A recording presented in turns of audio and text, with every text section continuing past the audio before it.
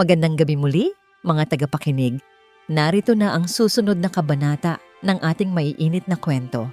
Nakilala na ninyo si Clarice at ang unang dalawang matanda, sina Mang Rodolfo at Mang Ernesto.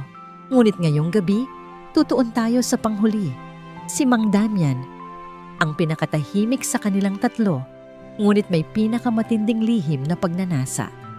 Gabi ng pagnanasa, apoy sa katahimikan. Part 4. Madalas tahimik lamang si Mang Damian.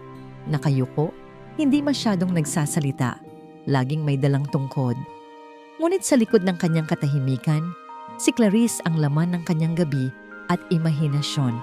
Isang gabing madilim, bumigay ang kuryente sa lugar. Brown out, tahimik ang paligid, at tanging ihip ng hangin at huni ng kuliglig ang maririnig. Binuksan ni Clarice ang pinto at nandoon si Mang Damian.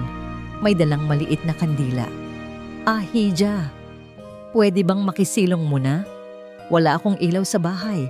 Mahina niyang sabi. Nanginginig ang tinig. Nakangiti si Clarice, alam ang dahilan ng pagkatok. Sige po, Mang Damian, tuloy kayo. Sa ilaw ng kandila, lalong lumutang ang hubog ng katawan ng dalaga. Ang manipis niyang duster ay animoy dumidikit sa bawat kurba. Ang kanyang dibdib, malaki at mabigat, ay tila gumagalaw kasabay ng kanyang paghinga. Ang kanyang balakang, malambot na kumikilos habang naglalakad, ay parang inaanyayahan ang matanda na sundan ang kanyang bawat hakbang. Naupo si Mang Damian, nanginginig ang kamay, pinagmamasdan ang bawat kilos ng dalaga. Mukhang mainit pa rin ang gabi. Bulong niya, halos hindi makatingin. Lumapit si Clarice, marahang inilapag ang kandila sa mesa at saka tumabis sa kanya. Mainit nga, Mang Damian. Lalo na kapag may kasama, sabi niya, sabay sandal ng kanyang dibdib sa balikat ng matanda. Nagulat si Damian, halos mabitawan ang tungkod. Ramdam niya ang bigat at lambot ng dibdib na dumadampi sa kanya at ang mabangong hininga ni Clarice na humahaplos sa kanyang pisngi. Clarice! Mahina niyang wika, halos pakiusap.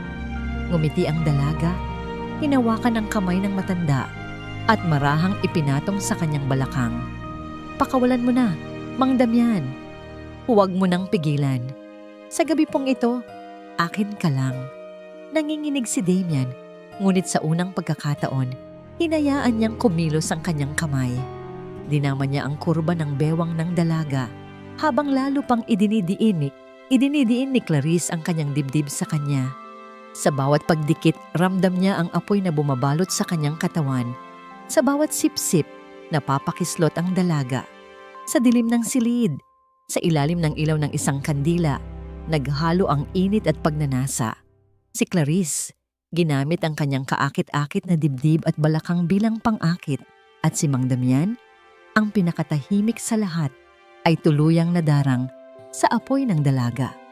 At mula sa gabing iyon, hindi na siya nanatiling manonood lamang.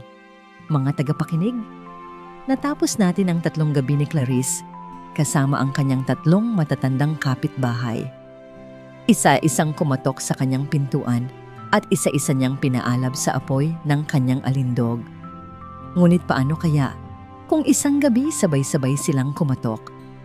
Dito muna nagtatapos ang ating maiinit na kwento ngayong gabi, mga tagapakinig. Sana'y nadama ninyo ang init at lambing ng bawat sandali.